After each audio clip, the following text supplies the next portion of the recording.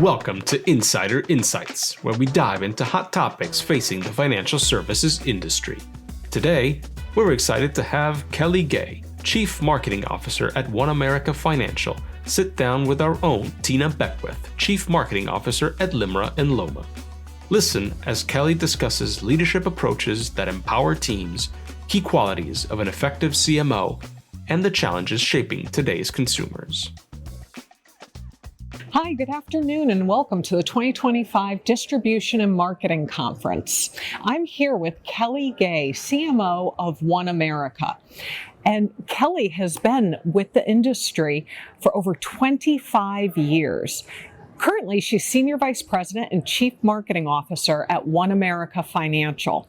She's been committed to strategic oversight and aligning across marketing, communications, digital stakeholder experience with a focus on driving exceptional brand engagement and business results across the enterprise. In 13 years with OneAmerica Financial, she's played a key role in steering OneAmerica Financial toward a consumer-centric organization and raised market visibility. Efforts to promote the growth of new business and retention. Fun facts, she's a graduate of the University of Connecticut, where she earned multiple accolades in the classroom and on the basketball court, including a sweeping win of the 1995 NCAA Women's Basketball Championship.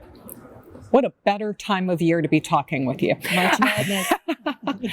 She is an advocate of diversity and inclusion as well as leadership coaching. She's engaged in community activities that focus on the needs of women and youth. Kelley also serves on multiple boards and committees, including the USA Swimming Foundation Board, the WNBA All-Star Committee, the CMO LIMRA Committee, Women in Technology, and Women in Agile. and Women in Agile. She loves time with her family and friends and enjoys running, a personal passion of mine as well. Love it. So, 25 years in the industry. I don't know how I got here. What inspired you to pursue a career in marketing and specifically financial services? Well, it's funny. I don't think I started off thinking marketing and financial services. When I graduated from University of Connecticut, my basketball career ended. I had options to go overseas, but I chose to work. And a donor provided an opportunity for me to interview. And the interview was either at a life insurance company in Hartford, Connecticut, or a casino. And I said, I'm not sure I want to dabble, on the dark side, if you will. And I jumped right in. And I started off in communications. And what I realized very quickly was, at first it felt like we were selling something. And then it just clicked for me that it was really about making a difference in people's lives. And from there, I realized I have a high degree of empathy. And that empathy was a skill I had to continue to hone and evolve. But the ability to put our feet in the shoes of others and understand that every piece of paper in this industry that passes by a desk is a person. Every experience they have either strengthens their decision-making process or otherwise. So I just stumbled into it. I was an English major. I love poetry. I love basketball. And it just happened. And I've stayed, and I didn't think I could be here for 25 years, but here we are. What a story. Yeah. Wow. I'd also love to hear your perspective on reaching the industry and how that's evolved over the years. Yeah, when I think about when I began, it was very much about we have a product to sell. And I shared that we've moved from selling a product to actually communicating and marketing what the product does. And when I think about the evolution, we've gone from little M marketing to big M marketing. Yes. And marketing leaders are now very, very different. And of course, there's so many disciplines within marketing now, but we have been buoyed by the concept of 360-degree view of all of our different constituents. Yes. And that gives us this beautiful opportunity backed by data and digital and customer experience to really meet people where they are.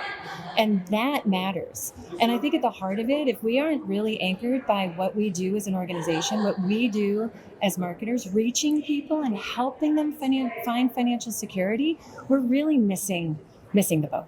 Right. So I think it's been backed by the evolution of customer experience, the harnessing of data, and our ability to really reach people where they are with the message that matters most to them. Yeah, you're so right. 25 years ago, it was primarily design and creative, and now there are all these other disciplines within it. I remember when I was in communications, my job was to blast facts. And this was like 25 years ago.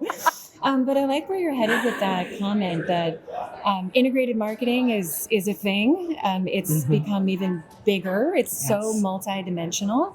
And I've said you can have great words and good visuals aligned to your brand, but if you don't have data and technology that really amplifies that, we don't have far the opportunity to reach people where they are and help them make the right decisions.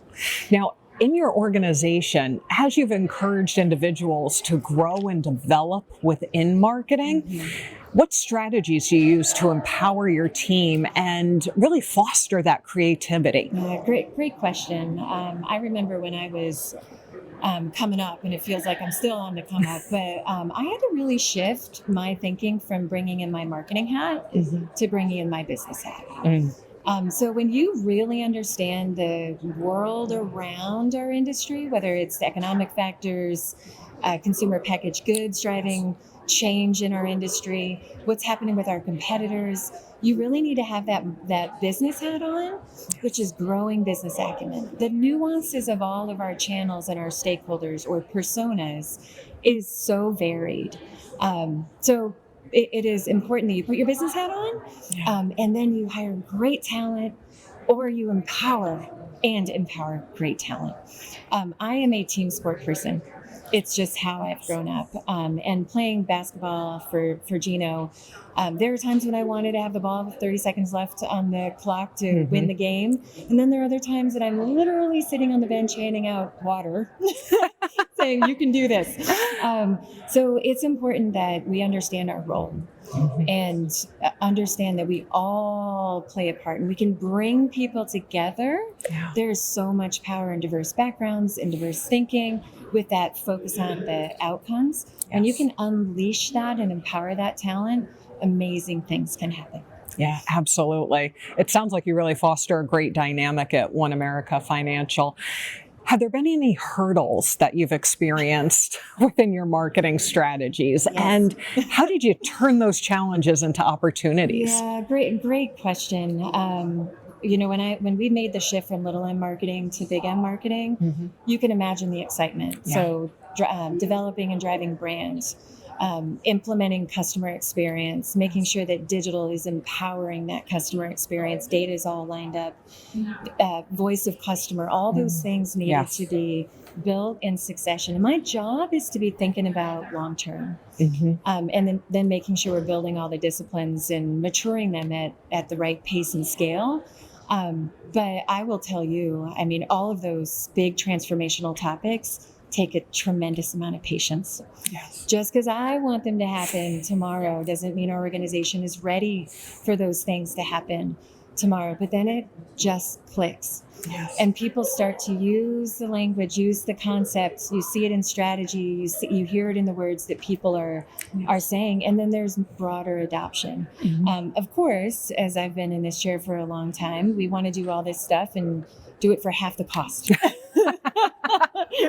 Those are certainly never easy conversations, and marketing is about it's strategy. So it's a set of choices that you have to make. And my job is to make sure we're creating clarity in those choices and making sure we're setting the pace for how fast or slow we are going to go so that we're bringing our stakeholders along. Yeah, I love that you said that, because organizational patience is, I think, one of those qualities that everyone needs to learn, whether you're in a marketing role or somewhere else. Right. It's really important. So tell me, from your perspective, what are the qualities that really make an effective CMO in the industry? I think the first thing I think about is you got to be human-centered. This whole business is about the emotional side of decision-making and the analytical side of decision-making. And everyone that we work with and work for is balancing competing demands. So it is so important that we are human-centered. in everything that we do. When you can put your feet in the shoes of someone else, you start to think about what's important to them. I think the second thing is we've had to be flexible. There's been so much change, and it's almost dizzying in terms of all the things you have to learn about, or you think you need to learn about. And I think the last thing is, it is so important to be curious. There are things that I'm doing now that I never, ever, ever thought I would be doing. And I also recognize my role is one of a stewardship role. It is not about me. It is about the people that we serve. And it's not about competition within the house of your own organization or between teams or between people. The competition is outside. And so making sure that you're really grounded in why you are here matters so much. And it can change the way you show up, and it can change the way that you lead, and it can change the way you make decisions. Yeah. I love how you think about that in terms of the emotional and the rational, and thinking about where we're going as an industry. Those qualities continue to be just so important to personal success, organizational success, and industry success. All of that. I think LIMRA is so fantastic in terms of sharing insight and thought leadership and statistics about how our industry is growing or not growing, the need for consumers in LTC space, which of course is near and dear to OneAmerica Financial's product lineup. But more people need coverage and protection than they've ever needed it. And we've also got less people joining this noble profession. So it is incumbent upon us to simplify and break through the noise and create that pathway for decision making, and also support distribution partners, advisors, brokers, agents that are entering into this, whether it's the workplace solutions arena or the life business, annuity, long-term care, with the tools that they need to be of best service for the people that they serve. Yes. The need has never been greater. And I feel like I've probably said that for the last 25 years, but it just feels that much more important now with all of the uncertainty around us in the economic environment, federal level, all of that. Yes, absolutely. And your point around talent and new talent coming into the industry is so critical. And I have to share, just last week, my daughter, who's graduating this spring, accepted a job in the industry. Yay. So I love it. I've got 3. I'm waiting to make sure that they're in the queue as well. There you go. We're feeding our talent pipeline. Yeah, and you know what I love about the talent that's coming in from all over? I mean, you can have folks that have grown up in this industry, and I'm one of those people. And you can become fairly complacent at times in terms of, this is how we've always done it. Yeah. Or, the sales team's going to sell, and marketing, you push us. But as we're starting to think differently about big M marketing, now not starting, as we have delivered thinking differently in big M marketing, this new talent, these new perspectives only help us as an organization. But I think sometimes when it comes to talent, there's a ferocious desire to do it right now. Yes. And in our industry, while we have rapidly progressed in terms of what we do, how we do it, and how we think 360, there's still, I said it earlier, a tad of patience that's required to help us get to the next level of performance. There absolutely is. Now, on your career journey, I have to imagine that there were people who influenced you, mentors that perhaps helped shape who you are as a leader today. Yeah. Can you tell us about some? Oh my gosh. When I was walking down here, I was thinking that, the catalog of people that have been in my life, and so many of them are actually going to be here. LIMRA and LOMA and, the people that have been part of this organization have helped me. And I got to be honest, a journey of 25 years has come with major lumps and bumps. It has come with high moments of joy and satisfaction and deep, deep moments of insecurity. I've struggled with having confidence. I've struggled with figuring out what my purpose was. But these mentors are so, so important because they pick you up they dust you off, they get you moving again. Yes. But as I was reflecting, there were three things that I think really come forward from 25 years. Gino was one, of course, that said, this isn't about you. Your name is not on the front of the jersey. Yeah. The team's name is on the front of the jersey. And our CEO so eloquently said, hey, CEO at OneAmerica Financial, get over yourself. Point number one, get over yourself. Yes. This is not about you. It's about other people and the impact that you can have. The second thing was an executive leader at Mass Mutual Financial Group. And she told me the best way to grow and develop is to help people accomplish their objectives. And you will learn about what motivates people. You will learn different things about how finance people think, how business leaders think, how salespeople think. And that just helps you be much, much more well-rounded.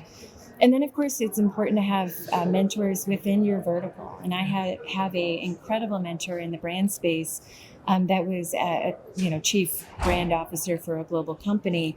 And she kept saying to me, once you deliver brand, you will have your North Star. And everything else begins to make sense. And the velocity that you can have with that helps you be grounded in your purpose. And that brings me to the importance of having personal purpose. There are going to be so many people along the journey of your career. They're going to say, you should do this, or you should do that, or I like this about you, or you really need to work on that part about you. As you grow, you're going to find the things that matter to you, and staying true to those is so, so important. The last thing I'll share, and I feel like I'm probably going a little long here, is I remember when I was playing at University of Connecticut, and they said, you have so much potential. And I used to hate it. I'm like, but I want to be there. I'm 25 years into this industry, and I am so grateful I still have potential. Yeah. Because there is still so much to learn. And I got to be confident knowing what I do know, and equally as confident knowing that there are things I don't know. And I have the ability to learn and grow and continue to have an impact in the world on the people that I serve and the people that I work alongside. Yeah, I love that because it's so true, right? We don't need to have all the answers. You have to know who to go to get the answers, right? Surround yourself with people. That team. Yes. The concept of the team, because it is so important considering where marketing sits in an organization to be able to have those partnerships and sometimes lead, sometimes support, and kind of work all together, right? I love, Tina, that you said that. I was playing with this notion last year that in the roles we're in as leaders, sometimes you're being led and sometimes you're leading, and sometimes it's at the same time. Right. And what sits inside that is your need for control, which you don't have anyway. So I love that you said that, because we do lead and we are led, and that is where the magic happens, because it's about being flexible. Yes. Absolutely. And, you talk about flexibility, and, there are a number of not only opportunities, but challenges that the industry and our customers face. How is OneAmerica Financial addressing those challenges? Yeah, it's a great question. As much as we've talked about things that have changed, things have still stayed the same. People love people, and they want to protect them, right? And people have dreams, they want to chase them. And it is our job to make sure we are helping them do that. When it comes to supporting and serving we're a B2B organization primarily, so we need to make sure that we are, first of all, manufacturing products that match the needs of the market. Job number one. Job number two is making sure that we are all grounded in purpose. Why are we here? It's not about, delivering an agile train. It's not about, and I know that someone's listening here and they're going to be like, yes, it is. It's not about a flat sheet. It's not about those things. It's grounded in our purpose of making a difference, right? Yes. And growing our disciplines, but making sure it's focused on that purpose. And as a B2B company, we need to make sure that we are helping our distribution partners find success. And that is not just, zipping out flat sheets and sell sheets and sales support, right? It's really bringing insight and thought leadership and intellectual value to the table, as well as making sure that we are overseeing that end-to-end experience so the customer feels who we are. Yes. And we are arming those distribution partners with something that can really help the customer make a good decision and feel confident in us doing so. Yes. And, with that, there's always change, Yeah. a number of emerging trends. Yes. Can you tell me about what you're excited about? Everything? Yes. Good answer. So remember when I said that things take time? Yes. It's not about perfection, it's the pursuit of progress. Mm-hmm. And as simple as this sounds, I celebrate these micro moments of breakthroughs every single day. Whether it's understanding the importance of voice of customer, it's the understanding the importance of linking voice of customer with service metrics, right? And really driving that outside in perspective versus inside out. So I celebrate little wins every single day on the pursuit of perfection. Yeah. But there's so much. There's AI that is driving the way that we might get to market faster with ideas and help us become better and faster in the way that we think. I sometimes think AI is a unbelievable development toolbox for my leaders and my associates to think about, how do I approach strategy and how do I think about it differently? Mm-hmm. And then, of course, there's just all the emerging technologies that are out there, and how do you make sense of all of those? And that's just a series of choices. What can we forward? What is the impact it needs to have? And who's the persona that we're trying to serve? So I know I get excited about a lot of things, but most of it is just these moments of celebrating progress. Well, after 25 years, isn't it great to still be excited? Yes. Every day, to your Every point. I day. love that, the micro moments. Yeah.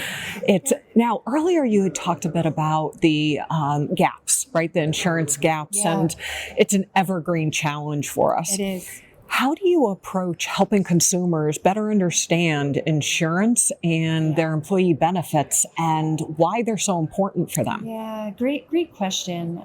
First and foremost, we know as a B2B organization, the extension of our brand is really that financial professional that's sitting across the table or across from in the kitchen.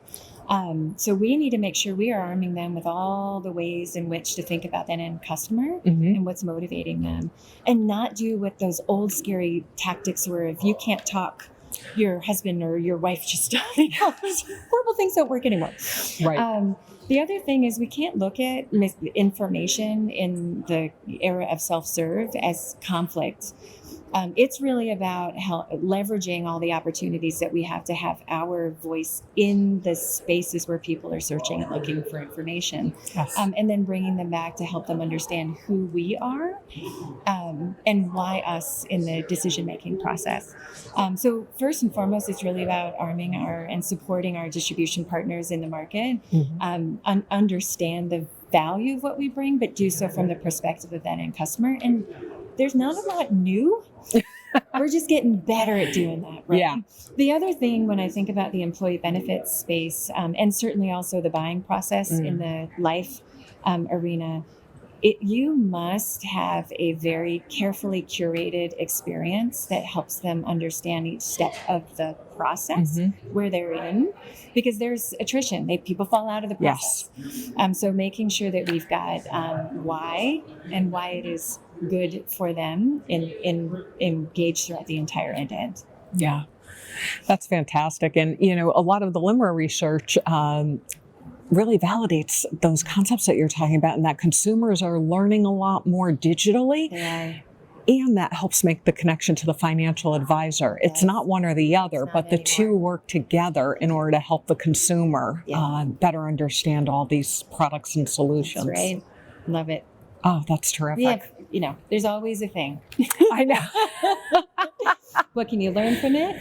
What do you want to adopt from it? Yeah. But I mentioned earlier, putting your feet in the shoes of the end consumer changes the way you think about the work you're doing. Absolutely. And if you don't do that, you're missing a huge opportunity. Because satisfaction and ease and trust and this notion of net promoter score is woven through every experience people have with us. It is. That's terrific.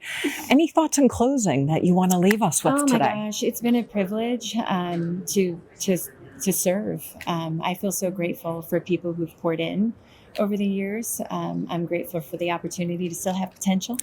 I am grateful for the opportunity to be in a steward chair where I'm here for a period of time. How can I help make a difference, but make a difference through helping other people grow and have impact? Yes. It is just simply not about me anymore. Yeah. And when that switch was flipped, it really changed the way I thought about the work I do. Yeah. Well, thank you so much. Thank you. I've appreciated your time and loved our conversation. It's always good to spend time with you. Thank you. All right. Thank you so much. Thanks for listening to LIMRA's Insider Insights podcast series. To hear future podcasts, subscribe at limra.com/podcast.